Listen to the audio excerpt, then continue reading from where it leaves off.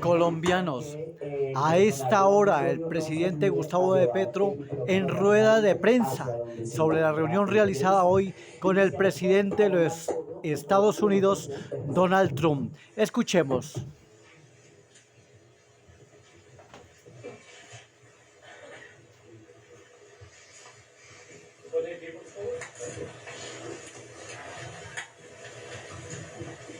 Presidente, ¿qué tal? Muy buenas tardes.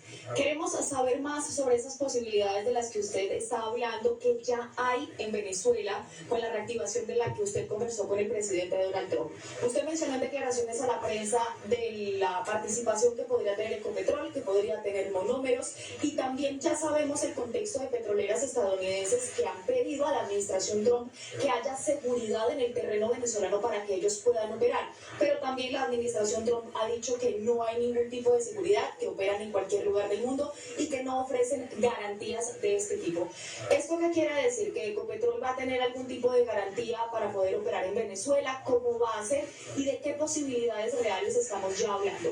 Y en segunda instancia, usted también conversó sobre la situación entre Colombia y Ecuador con el presidente Donald Trump y ha pedido que sea él quien medie en medio de Daniel Noboa y de usted mismo. ¿Cuándo empezaría esto? ¿Ya hay alguna fecha de pronto prevista para una reunión entre ustedes, entre delegados de ambos países, o que sea una lucha en los tres frentes contra el narcotráfico? Gracias. Bueno, liga dos temas, que es el económico y el narco, que tiene que ver. Porque lo que puede desestabilizar las dos fronteras colombianas, en mención por usted, Venezuela y Ecuador, agregaría otras, agregaría las del mar, Haití, Panamá, República Dominicana y otras, es el narcotráfico. Y es un tema específico y que tiene que ver con la economía. Indudablemente, entre más se reactive económicamente el nororiente colombiano, el norte colombiano y el occidente venezolano, menos narcotráfico. Entre más se reactive el sur colombiano, sur occidente colombiano y el norte de Ecuador, más tendremos la opción de cerrar las puertas del narcotráfico. Hay un juego que hay que implementar básicamente. Si la gente no tiene con qué comer, no tiene otras opciones en las selvas, en las montañas y en lugares donde no llega una carretera, donde para transportarse duran 12 horas para sacar un producto agrario legal a un mercado, pues lo que habrá es narcotráfico. Entonces, en los dos rieles hay que actuar. Y hablé de cómo se puede articular, que no es cómo Ecopetrol entra a Venezuela, eso es un tema posterior, quizás. De hecho, quien está en Colombia es Venezuela, porque Monómeros es propiedad de Venezuela, pero su planta está en Colombia. Lo que se trata es cómo se articula la misma frontera. Es que es ligar unos tubos, hacer así, chin, chin, chin, así como haces el tubo. No debo decir chin, chin, porque no es sino hacer como en tu casa los plomeros, se cierran los tubos y pasa el gas. O puede pasar petróleo relativamente fino y se refina en nuestro país, o puede seguir hacia puertos y deben ganar los tres países, Venezuela, Colombia, y hacia donde se venda ese tipo de mercancías. Y en eso, digamos, las propuestas están en la mesa de los Estados Unidos. Están desde hace años en las mesas de Ecopetrol. Yo mismo, siendo alcalde hace como 10 años, las vi. Y estuvieron siempre también en la mesa de los gobiernos de Venezuela. No es sino actuar. Hoy te podría decir que es cuestión de días que nosotros podríamos ofrecer energía eléctrica a Venezuela. Y con energía eléctrica es que puedes abaratar, si la energía es limpia, y no deja de ser una contradicción, pues el que Venezuela deje de quemar el gas hacia la atmósfera, con una consecuencia muy nefasta para la humanidad, y pueda incluso meterse en un tubo y venderse al mundo con consecuencias menos nefastas. o los productos del petróleo. Esa interrelación económica está hecha desde hace mucho tiempo y no se ha podido poner en funcionamiento por los problemas políticos. O sea, tanto Venezuela como Colombia, como los mismos Estados Unidos, han perdido, realmente habría que hacer ya el cálculo económico durante todos estos años, por bloquearnos. El mismo Trump lo dijo y me sorprendió porque yo tenía otras ideas, pero ¿por qué pusieron las sanciones tan fuertes? Yo también digo lo mismo. ¿Y eso para qué? Matarnos de hambre sin soluciones para el conjunto. Es lo más antieconómico e irracional que he visto. Por eso lo primero que hice cuando llegué a la presidencia fue abrir la frontera. Hoy 1.500 millones de dólares cruzan y puede ser mucho más, y lo que cruza es fundamentalmente comida. En cambio, cuando se cerró la frontera, lo que más se comerció entre los dos países fue cocaína. Es irracional lo que se hizo. El trabajo sobre ya el narcotráfico, que hace usted una parte de su pregunta, pues volví a repetir lo mismo, hay que ir sobre los capos. En Estados Unidos hay una creencia, incluso penetra cuerpos de inteligencia y la política, igual en Colombia, que los capos son los que andan de uniforme y fusil en Colombia, con los diferentes alias que tú como periodista colombiano conoces. Esa es la segunda línea. La tercera. La primera línea del narcotráfico no es la que te imaginas. La primera línea del narcotráfico vive en Dubái, en Madrid, en Miami. Lo conocen las agencias de los Estados Unidos. Le pasé sus nombres al presidente Trump, sus lazos más allá de sí mismos. Son los capos de capos, sus capitales están fuera de Colombia y hay que perseguirlos conjuntamente a través de una articulación de inteligencias de muchos sectores del mundo, y está propuesto y se está haciendo. Por eso hace domingo, ¿qué pasó? No hace sino 2 días. Nosotros, con inteligencia naval colombiana, con inteligencia de la DEA, articulándolas, capturamos un submarino cerca de las Azores con 10 toneladas de cocaína adentro. No murió nadie. Su dueño, conozco su nombre en este momento y estoy esperando que lo capturen, y no está en territorio colombiano. Y así, con un barco de 2 toneladas, también el día sábado. Es decir, que apenas en 2 días, 3, casi que hemos capturado, incautado 15 toneladas de cocaína, sin muerto. Pero en la frontera con Ecuador hay decenas de muertos, calcinados. Son 2 métodos diferentes. 2 maneras muy diferentes de entender una lucha contra el narcotráfico.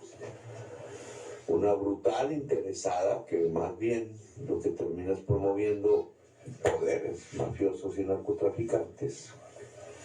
Y otra inteligente, que va y es eficaz. Y se lo dije al presidente Trump. Si usted quiere un aliado en la lucha contra el narcotráfico, es contra los capos de los capos.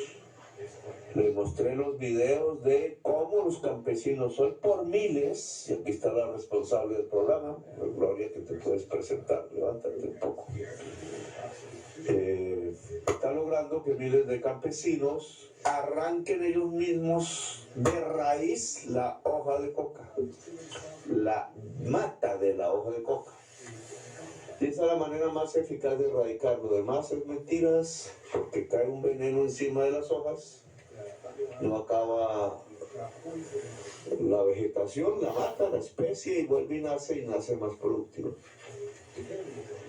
Y temas así que las trae la experiencia misma, que en Colombia es altísima y que se junta con el mundo y se quiere ofrecer al mundo, y cuando se junta con inteligencias también con experiencia, somos eficaces.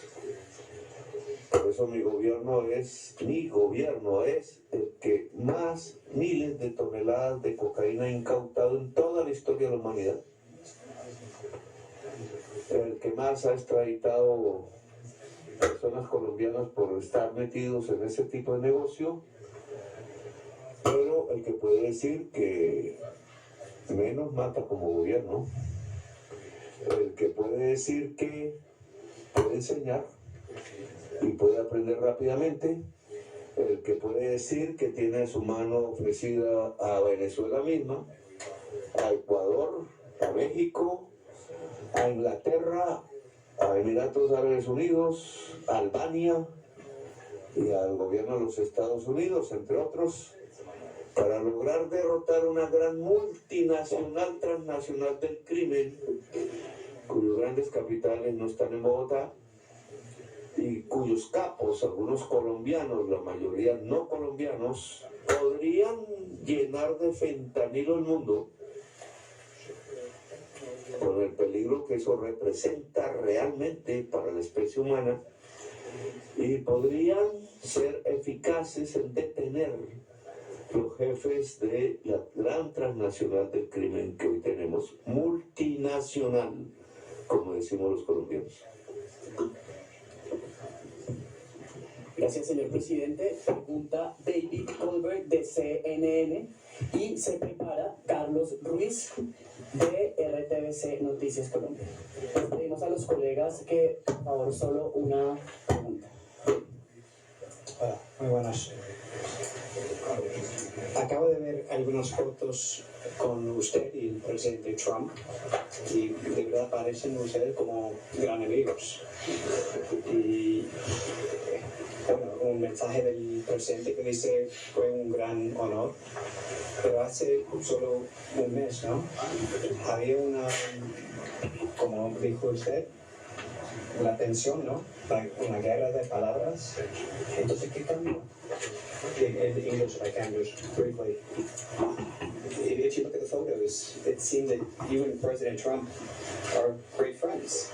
That there are no differences between the two of you, and yet, when we go back just a month, as you mentioned, there was a real tension between the two countries. So my question is, what changed? Creo que con algo de optimismo,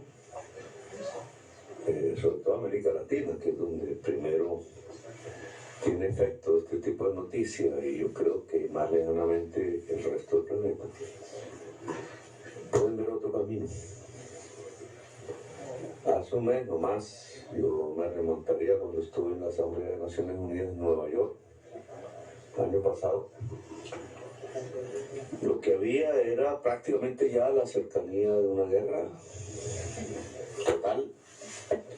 Yo mismo me atreví a proponer en Naciones Unidas, bajo la inmunidad del Tratado de las Naciones Unidas, que parecía que no quedaba otra alternativa que construir un ejército de salvación y entrar a Palestina a defender Gaza. Eso obviamente fue recibido por quienes están desde otro punto de vista mirando el problema como una agresión, y no lo es.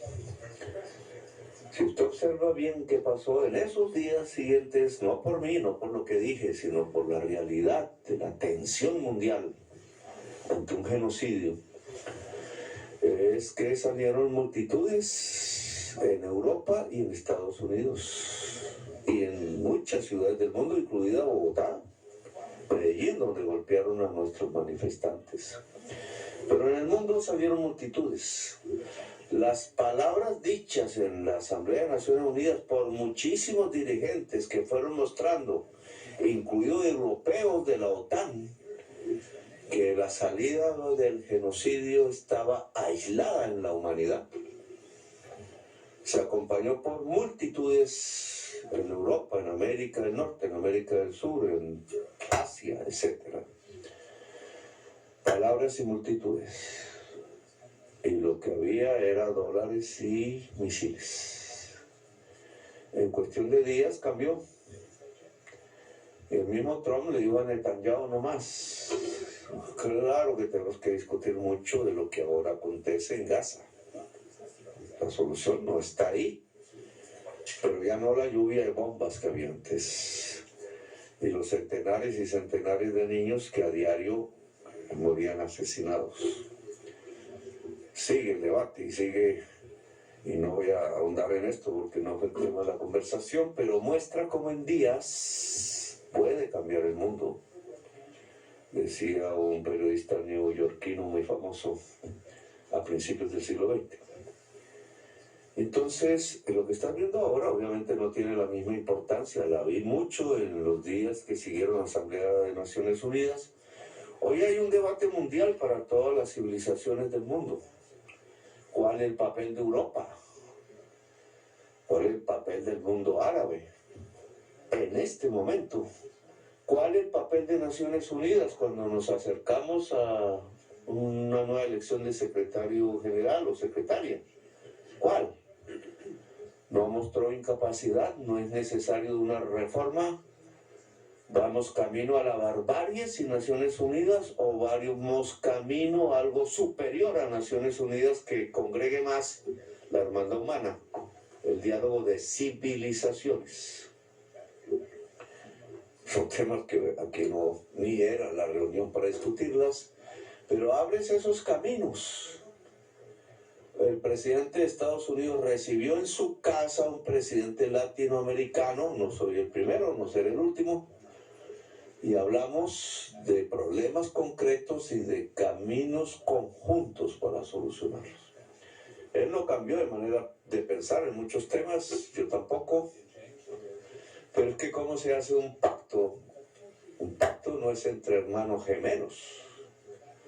Un pacto es entre contradictores que pueden encontrar los caminos de una hermandad humana. Y se puede hacer en días, sí. Yo vi hacer la paz en Colombia. Yo mismo fui protagonista en 3 horas. Y me volvió presidente de Colombia.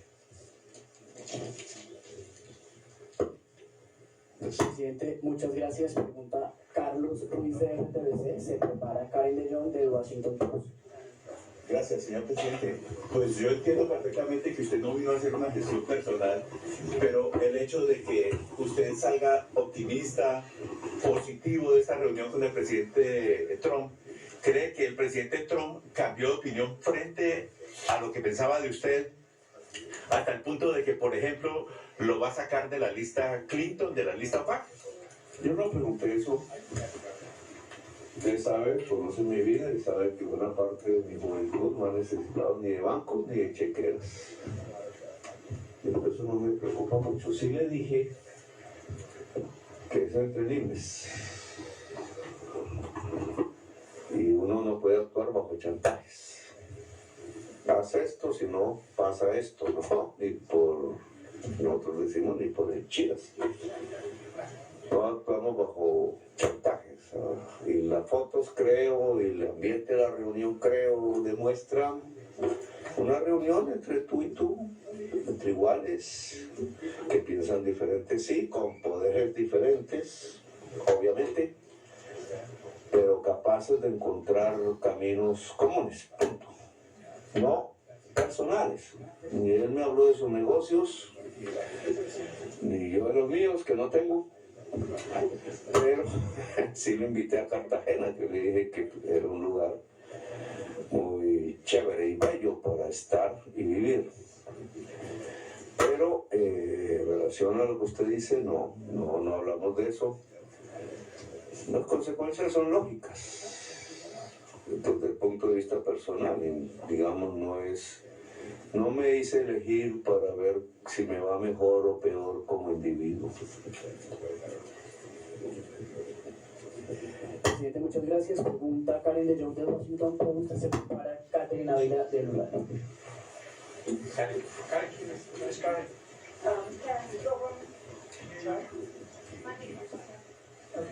Thank you. Last year, when things were not going very well between you and President Trump, the United States said, President Trump said that he was canceling all United States aid to Colombia. And you later responded that you were canceling intelligence cooperation with Colombia. Are those things off the table now? Thank you. Yo nunca cancelé, dije, anuncié sí, pero nunca cancelé las cooperaciones entre inteligencias porque las amplié. Dado la característica multinacional de los flujos hoy de sustancias psicoactivas que he pedido a Marcela, que está aquí, también puede presentarse aquí. Marcela Tovar es científica de las más reconocidas en el mundo en relación a estos temas de lo que se llaman sustancias psicoactivas, que es ahora nuestra embajadora en Viena y allá tiene que librar en la Comisión de Drogas de Naciones Unidas una batalla.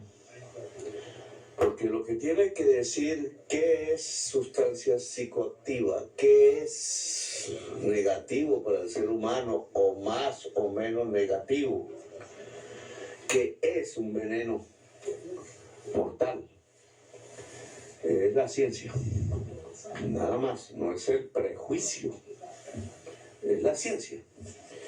Y ese es el papel que tiene que librar en ese seno de discusión de la humanidad, que está atravesado por mucho prejuicio y por una historia que en Estados Unidos se conoce más incluso que en Colombia, sobre persecuciones que no debieron darse y persecuciones que hay que dar a fondo. Un capo de capos del narcotráfico debe ser perseguido hasta la ciudad más lujosa del mundo. Punto. Si la idea de libertad de mercado se impide esa persecución, no estamos haciendo nada.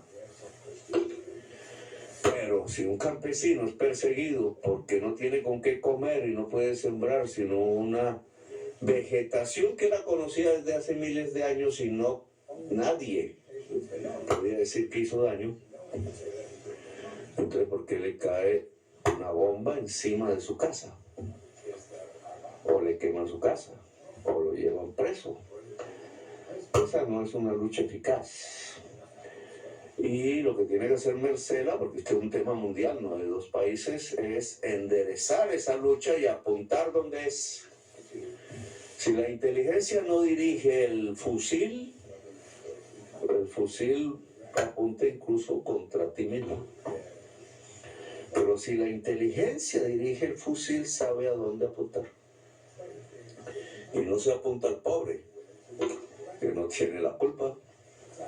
Se apunta al poderoso, que hoy puede dominar el tráfico de mujeres, de niños, de órganos, de armas, de sustancias supremamente venenosas como los insumos del fentanilo, el internet que llaman oscuro, al cual solo se puede entrar si eres mega millonaria, y lo que ves es la barbarie contra la especie humana por placer.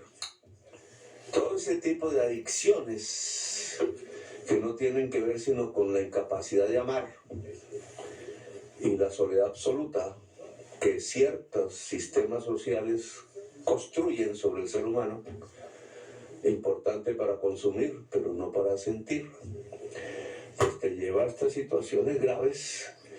Y entonces esto se resuelve con ciencia, con acción y con amor. ¿Cómo la sociedad de los Estados Unidos deja que un sector muy importante de su sociedad consuma fentanilo que hoy nos atemoriza a todos? No soy científico, no soy psicólogo, pero yo podría decir que hay un camino, y es con mucho amor. No con seres solitarios sin amor. Y es un poco mi consejo. Pero bueno. Gracias, señor presidente. Gracias. Presenta pregunta Catherine Ávila de Blue Radio y se prepara Eric Basay de Político. Presidente, buenas tardes. Estamos en vivo para Voz Populi de Blue Radio. Le pregunto, usted tengo entendido que llevó cifras para demostrar que las mediciones de la ONU sobre los cultivos de hoja de coca en Colombia pues son erróneas. A Colombia se desertificó en materia de lucha antidrogas. Hablaron de la posibilidad de volver a certificar al país en ese sentido. Y le pregunto también, a usted lo incluyeron en la lista OFAC, argumentando que su política de paz había promovido la producción de drogas en el país. También están investigando a su esposa, al ministro Benedetti. Le hablaron de pruebas jurídicas en algún momento para haberlo metido en esa lista. Si hubiera pruebas jurídicas no estaría aquí hablando. Entonces eso no existe. Yo estoy en la lista OFAC, en mi opinión, por lo que dije en Nueva York. Han intentado construir eso, pero fracasan una y otra vez, y esa no es la materia de lo que yo quiero hablar aquí. Ya escribiré un libro. Pero el tema concreto es, la FARC no funciona como un instrumento antinarcotráfico si no es complementada por una persecución de capitales a nivel mundial. Lo demás es simbólico.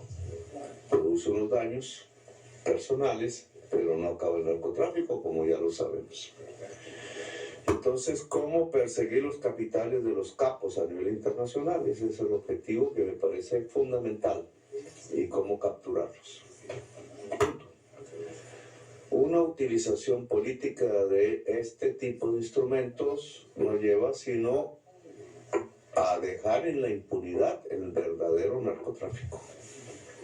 Y en eso, digamos, hay que impedir que en el afán político que tienen las sociedades, en sus luchas políticas, en su propia divergencia, se utilicen tratados internacionales e instrumentos que tienen un objetivo para resolver otro.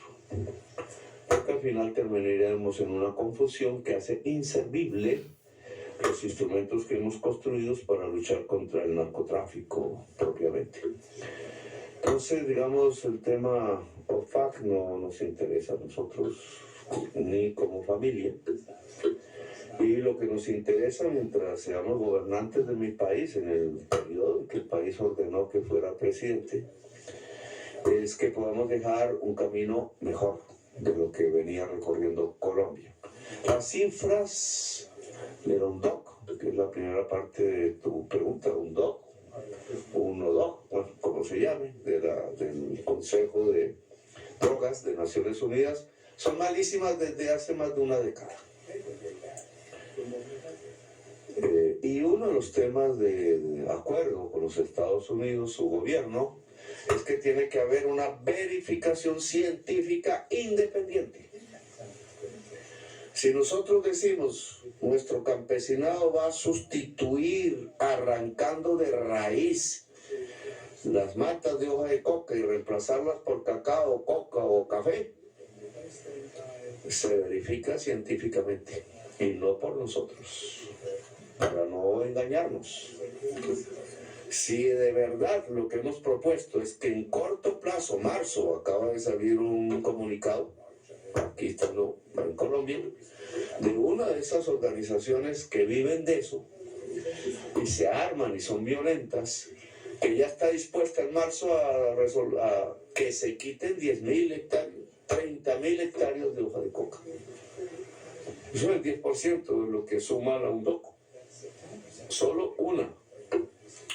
Yo lo que quiero apenas regrese a Colombia es ni siquiera que lo digan organizaciones armadas, sino desatar un movimiento campesino, social campesino, que se libere con o sin permiso de cualquier organismo armado que aparezca ahí financiado precisamente por la cocaína, sus dueños, porque la cocaína no financia, sino los dueños de la cocaína, pues que Colombia pueda decir, es que estamos a un paso de ello, que nos desnarcotizamos en nuestro sistema económico y que el mundo ojalá compre café colombiano, cacao, coco y productos industriales de Colombia, y que ese es el camino para que no se siembre más hoja de coca con fines mercantiles en el mundo.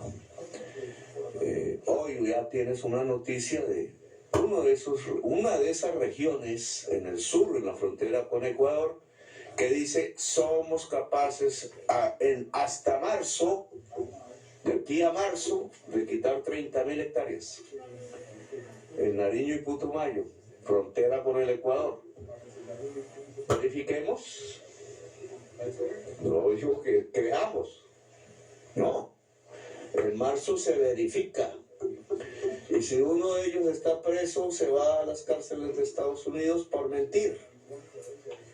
Pero si llega a ser cierto, Colombia ha descubierto un camino pacífico para erradicar los cultivos de hoja de coca y puede ser mostrable a los países que tengan ese problema y a quienes consumen. Pero Colombia no consume cocaína. Los porcentajes son mínimos. Ni fentanilo, ni produce fentanilo. Los consumidores en gran número, en donde estén, sus gobiernos tienen que analizar el porqué del consumo. ¿Qué lleva un ciudadano o ciudadana joven a veces a perderse en el mundo del fentanilo? ¿Por qué se suicida y por qué hay suicidio en masa? Tema en el que no me puedo meter porque yo soy el presidente de Colombia y no de otras regiones del mundo. Gracias, señor presidente. Pregunta Eric Basail, de Político, y se prepara Luis Eduardo Maldonado, de Caracol Noticias. Muchísimas gracias, muy buenas tardes, señor presidente. En cuanto a la desertificación de Colombia, articuló el presidente o el secretario Rubio algunos datos, algunas cifras, algunas metas que tiene que lograr Colombia antes de que cambien la designación en la lista de majors. Muchísimas gracias. Yo no conocía personalmente a Rubio. Había ahí algunas personas que conocía, una y la mayoría no. Pero la conversación fue con Trump. Básicamente eso es de lo que dijo Trump en la reunión, es que él no cree en sanciones. Él no las ve en este caso particular. No las ve racionales. Y yo creo que tiene razón. Es lo mismo que yo pienso. Este no es un camino de sanciones, este es un camino de libertad. Eso me enseñó Simón Bolívar y creo que enseñó aquí también Washington. Este es un camino de libertad y es sobre la base de la libertad que se construyen las verdaderas soluciones. Lo demás no construye sino un camino en donde no queda sino el explosivo, la bomba, los muertos y la sangre. Bueno, gracias. Gracias, señor presidente. Gracias. Presenta pregunta Luis Eduardo Maldonado. Todavía. No me pueden preguntar en Bogotá. ¿Cómo me va a dejar por fuera, presidente? Semejante viaje me deja por fuera. ¿Cómo? No, presidente, yo quiero, usted está hablando de Ecuador. Su solicitud concreta, su petición al presidente Trump, ¿cuál es? ¿Lo quiere poner a trabajar para superar esta guerra económica con Ecuador, pero el papel de él, cuál sería? Y podemos entender con todo lo que han dicho, porque es que el presidente Trump habla maravillas de usted.